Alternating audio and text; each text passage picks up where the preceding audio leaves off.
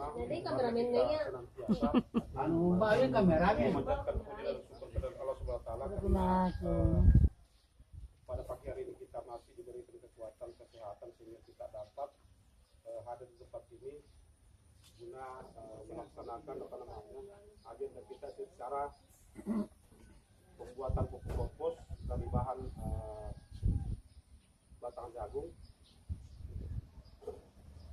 Salam serta selawat senantiasa kita sampaikan kepada baginda Rasulullah SAW sebagai panutan rahmatan lil alamin. Bapak Ibu yang saya hormati, minggu kemarin kita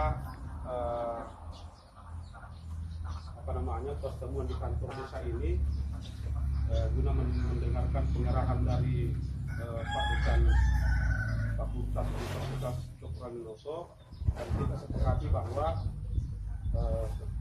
setelah selesai teorinya kita melakukan prakteknya, dan alhamdulillah per hari ini kita melaksanakannya. Jadi kemarin kan sudah ada teori, jadi tinggal kita prakteknya ini. Jadi bahannya ini limbah jagung ditambah dengan daun gamal serta kotoran kambing. Jadi semakin banyak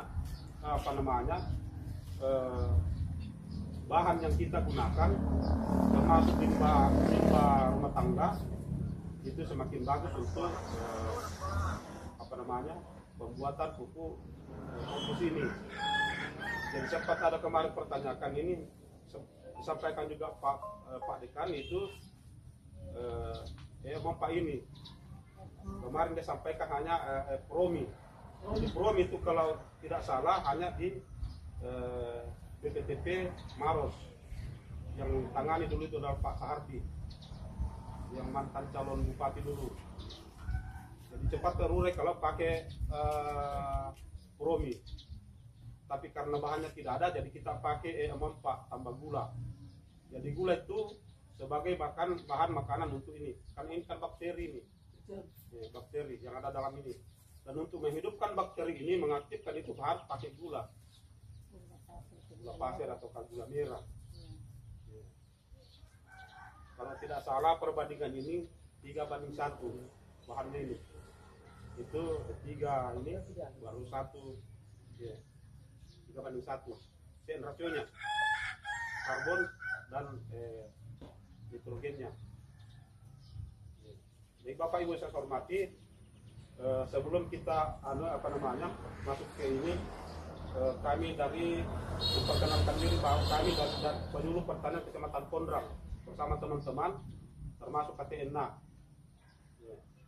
Jadi untuk lebih lanjutnya mungkin kita masuk di ini, karena kan sebelumnya itu bahan itu ini batang jagung yang sudah dicincang.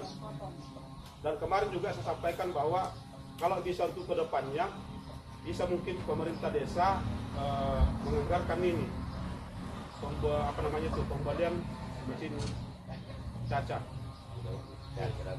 Dan itu bisa menjadi aset pemerintah desa masuk dalam BUMDes. Kemudian selanjutnya mungkin kita bisa masuk ini ini kotoran kambing ini bisa dicampur ini. Ya, ini aku teh Campur ini. kandukan anaknya tuh. Rumah saya jam 7. Ini mungkin. Tapi kan kalau tidak ada kayak sini ya. Siapa yang bisa pegang itu kan kami? Jadi untuk sementara karena ini kan perbandingan 3:1 tapi kalau tidak ada timbangan dan data manual saat ini. Bocok iya. Ya. Bocok iya. Di sini kita punya saya perbaiki pada videonya karena mau diupload ini banyak saya break banyak baru minat dia. nah tidur nanti baju pun di sini kena Ya oke. Ya. Mana airnya? Sebelumnya mereka di sini punya saya. Sebelumnya ini adalah campuran Ini sebelumnya ini campuran DNA dengan gula pasir ya. Sudah. Jadi ini juga ini cara mencampurnya ini jadi Ya. 15 sampai 30 menit ini bisa campur tadi karena kalau kita menunggu ini lama.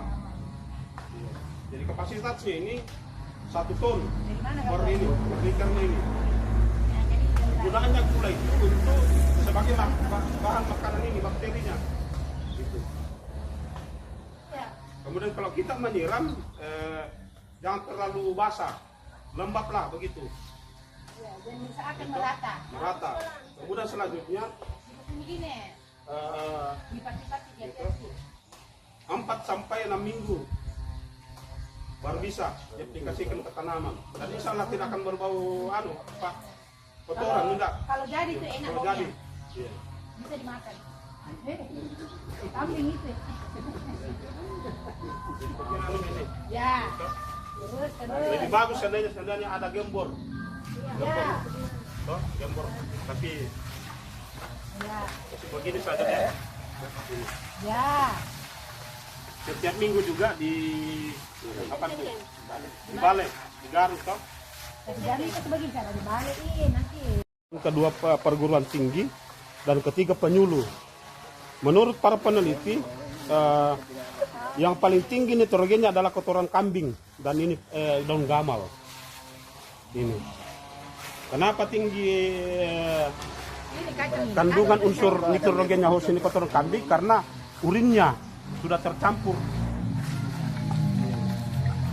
Jadi kalau belum jadi waktu itu di